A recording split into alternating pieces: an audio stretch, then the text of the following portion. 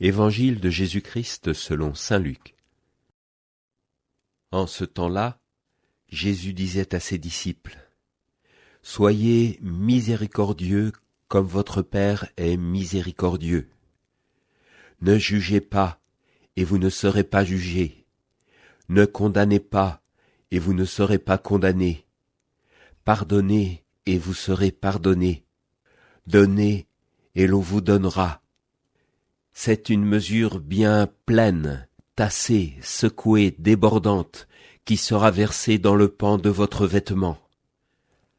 Car la mesure dont vous vous servez pour les autres servira de mesure aussi pour vous. »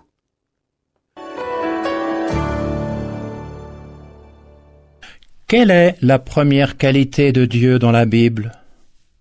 Le mot fidélité revient souvent, mais la miséricorde aussi. Peut-on séparer les deux ? Le pape Benoît XVI a écrit que le nom de Dieu est miséricorde. Et au tout premier jour de sa vie pontificale, le pape François s'est défini ainsi devant un journaliste : « Je suis un homme pécheur que le Christ a regardé. » Dans la Bible, il a fallu du temps au peuple d'Israël pour passer de l'image d'un Dieu vengeur à l'image d'un Dieu miséricordieux. Le peuple d'Israël a fait l'expérience à travers les siècles que Dieu n'était pas comme les hommes. Conscient de la grandeur de son infidélité, Israël a fait l'expérience de la fidélité de Dieu à son égard, et par là de sa miséricorde. Nous sommes appelés, nous aussi, à faire personnellement cette même découverte dans notre vie. Et cela commence, bien sûr, par la reconnaissance de notre péché.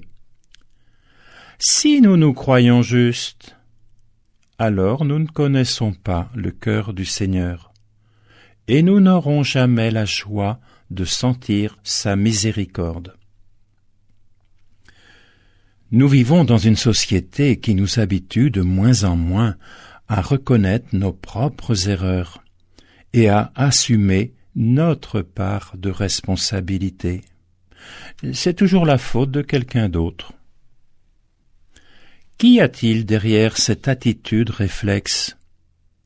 Une volonté de sauver la face, de donner de nous une belle image coûte que coûte ? Cela n'est pas venir à la vérité, qui seule nous rend libres, nous dit saint Jean. Le texte d'aujourd'hui nous affirme à plusieurs reprises que l'amour des frères est quelque chose de contagieux.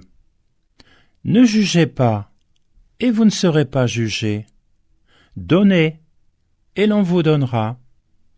Cela veut dire vivre dès maintenant le monde qu'on souhaite voir naître et faire naître pour demain.